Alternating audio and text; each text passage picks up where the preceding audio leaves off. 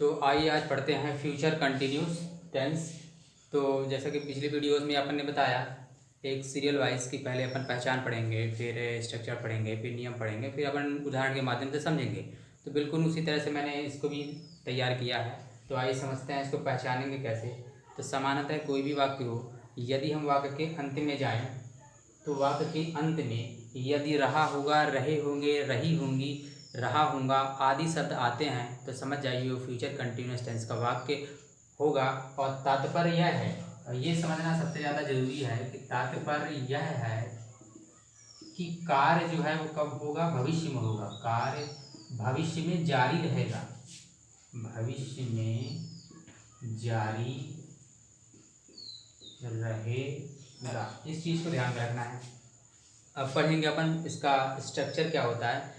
तो हर टेंस में सबसे पहले सब्जेक्ट आता है, इसी तरह इसमें भी आप लोगों का सब्जेक्ट आया है।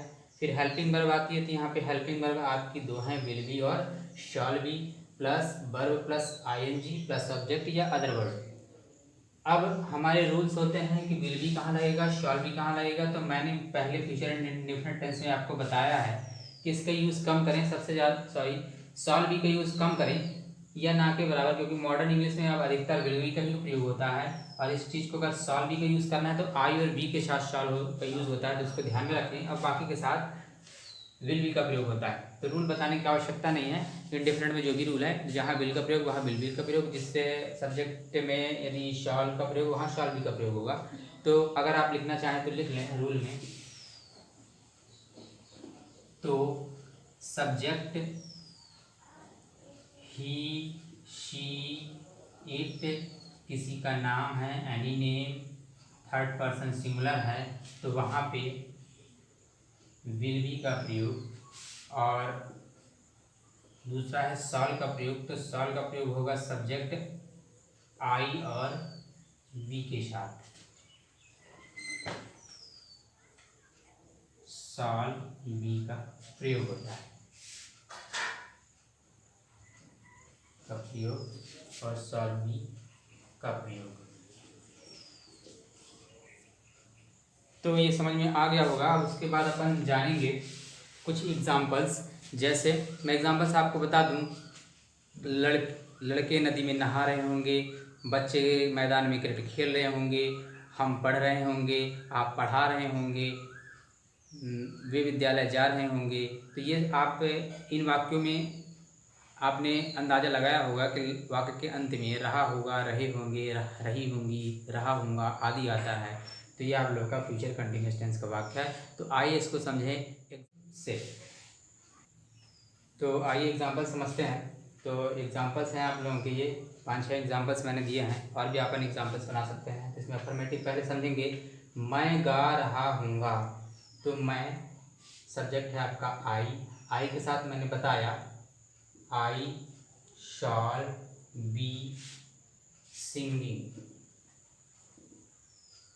ये हो जाएगा। हम लोग खेल रहे होंगे, हम यहाँ पर भी वी है, तो वी के साथ भी अपन शॉल लगा सकते हैं और वी भी लगा सकते हैं, विल भी लगा सकते हैं, ये दोनों से चल जाएगा। तो आई शॉल बी प्लेइंग, खेलने को अपन प्लेइंग कहते हैं, प्ले कहते हैं। वह अपने पिता को पत्र लिख रहा होगा, वह अपने पिता को पत्र लिख रहा होगा। चूंकि सब्जेक्ट है आपका वह, लड़का मेल है तो ही आ जाएगा, he will be writing a letter, he will be writing a letter to her, to लिख रहा होगा या लिख रही होगी, जो भी करना हो, तो ही सी विल बी हो जाएगी। ये she will be writing a letter her father, तो she will be writing a letter her to her father, to her father. और यहाँ पे ध्यान में रखना, स्पेलिंग सही करेंगे, writing letter to her father. कल वर्षा हो रही होगी, तो कल वर्षा हो रही होगी, तो आप इसको बनाएं, कल वर्षा हो रही होगी, इसका क्या हो जाएगा, कल वर्षा हो रही होगी। तो it will be raining tomorrow. ये हो गया। राजू दौड़ रहा होगा तो राजू विल बी रनिंग। वे वहां मिल रहे होंगे तो दे विल बी मीटिंग। कहाँ? वहां मिल रहे होंगे तो वहां को अपन क्या कहते हैं? देयर। तो ये आप लोगों का बन गया। अब इसी का अपन निगेटिव बना लेते हैं, तो आइए निगेटिव भी समझते हैं। आइए देख लें अपन इसी का निगेटिव।